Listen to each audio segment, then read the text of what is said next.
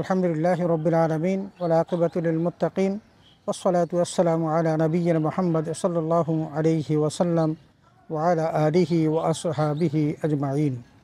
সুপ্রিয় দর্শক শ্রোতা, আসসালামু আলাইকুম ওয়া রাহমাতুল্লাহি ওয়া বারাকাতুহু। সময় সংবাদের নিয়মিত অনুষ্ঠান তাসাউফ থেকে আপনাদের সকলকে জানাচ্ছি আন্তরিক শুভেচ্ছা ও মুবারকবাদ। সুপ্রিয় শ্রোতা, আজ আমরা আলোচনা করব কী আমল করলে ফেরেশতা মণ্ডলী মানুষের জন্য দোয়া করে। সুপ্রিয় শ্রোতা, ফেরেশতারা আল্লাহ তাআলার সম্মানিত বান্দা, আল্লাহর বার্তাবাহক হিসাবে দায়িত্ব পালনকারী। তারা নিষ্পাপ ও পূত পবিত্র। তারা আল্লাহর আদেশ পালনে বাধ্য। তারা কখনও আল্লাহর অবাধ্যতা করে না। সুতরাং তাদের দোয়া কবুল হওয়ার সম্ভাবনা খুবই বেশি। আর সে কারণেই ফেরেশতার পক্ষ থেকে মানুষের জন্য দোয়া পাওয়ার বিষয়টি অত্যন্ত গুরুত্বপূর্ণ। সহিহ বুখারীর ভাষ্যকার ইবনে বাত্তাল বলেন, ইন্না দুআ আল মালাইকাতি মুস্তাজাবুন, অর্থাৎ নিশ্চয়ই ফেরেশতাদের দোয়া কবুল হয়। শরহু সাহিহিল বুখারী 3য় খণ্ড পৃষ্ঠা 439।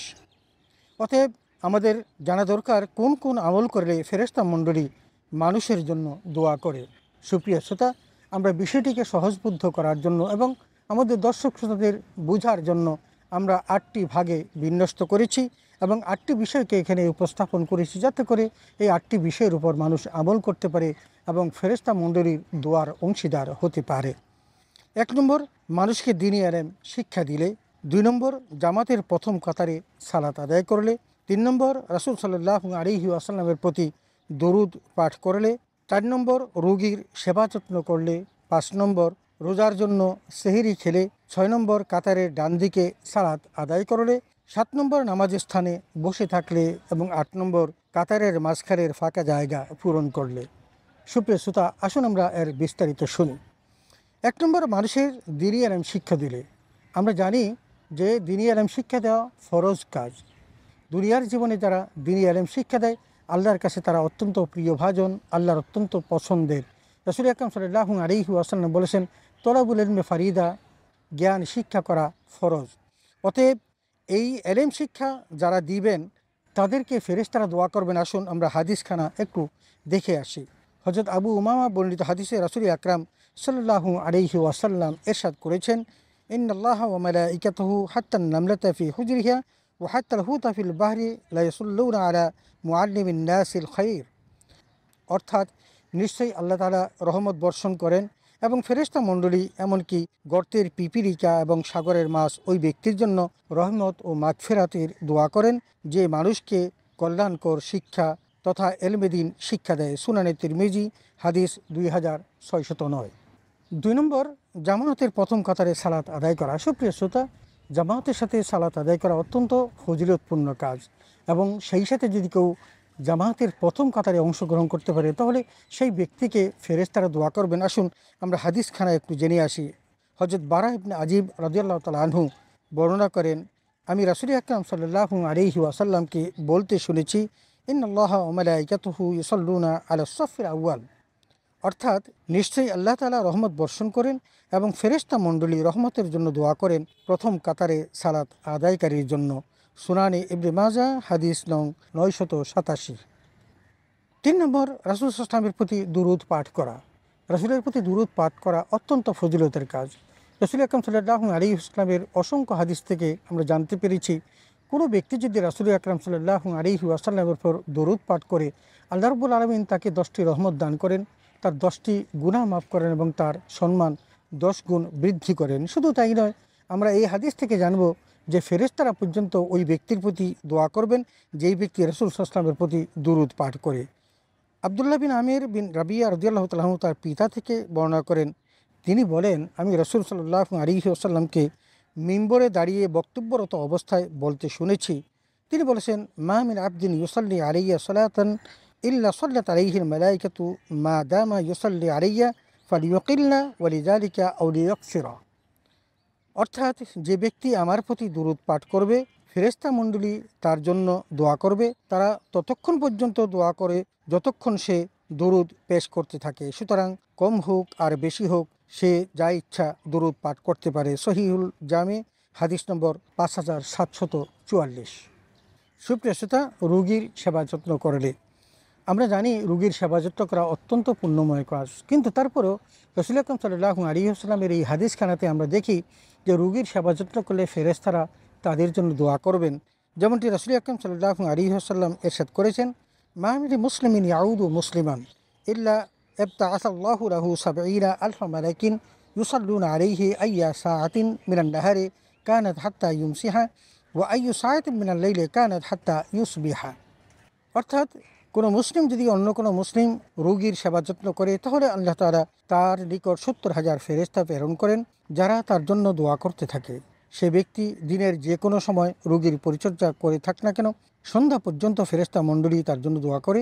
অনুরূপভাবে রাতের যে কোনো সময় রোগীর পরিচর্যা করতে থাক না কেন, সকাল পর্যন্ত তার জন্য দোয়া করতে থাকে। সহিহ তারগিব ওয়াত তারহিব 3য় খণ্ড পৃষ্ঠা 197।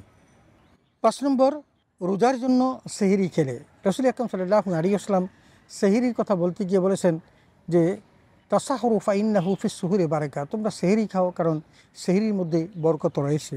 শুধু তাই নয়, আমরা এই হাদিস থেকে জানতে পারি যে সেহরি খেলে ফেরেশতারা পর্যন্ত মানুষের জন্য দোয়া করেন।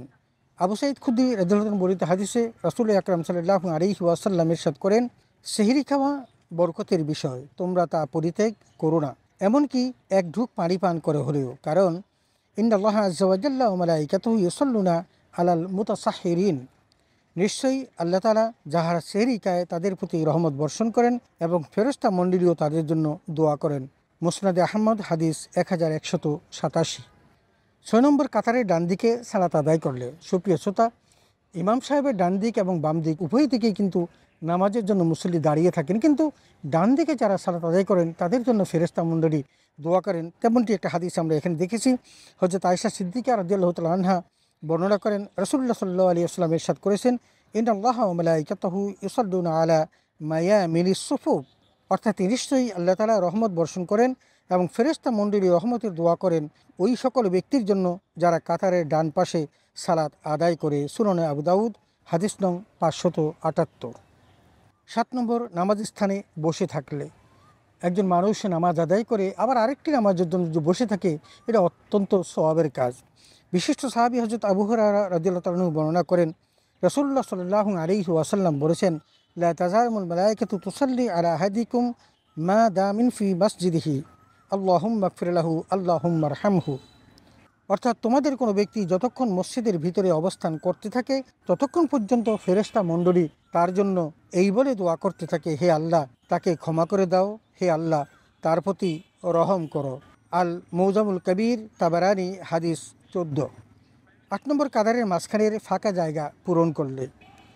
হযরত আয়েশা সিদ্দিকা রাদিয়াল্লাহু তাআলা আনহা বর্ণনা করেছেন, রাসূল আকরাম সাল্লাল্লাহু আলাইহি ওয়াসাল্লাম এরশাদ করেছেন, নিশ্চয়ই আল্লাহ রহমত বর্ষণ করেন এবং ফেরেশতা মণ্ডলী রহমতের দোয়া করেন ওই সকল লোকের প্রতি যারা কাতারের সাথে মিলিত হয়ে সালাত আদায় করে এবং কাতারের ফাঁকা জায়গা পূরণ করে। সুনানে ইবনে মাজাহ হাদিস 985। সুপ্রিয় শ্রোতা, আমরা এতক্ষণ পর্যন্ত কী আমল করলে ফেরেশতা মণ্ডলী মানুষের জন্য দোয়া করে আমরা শুনলাম।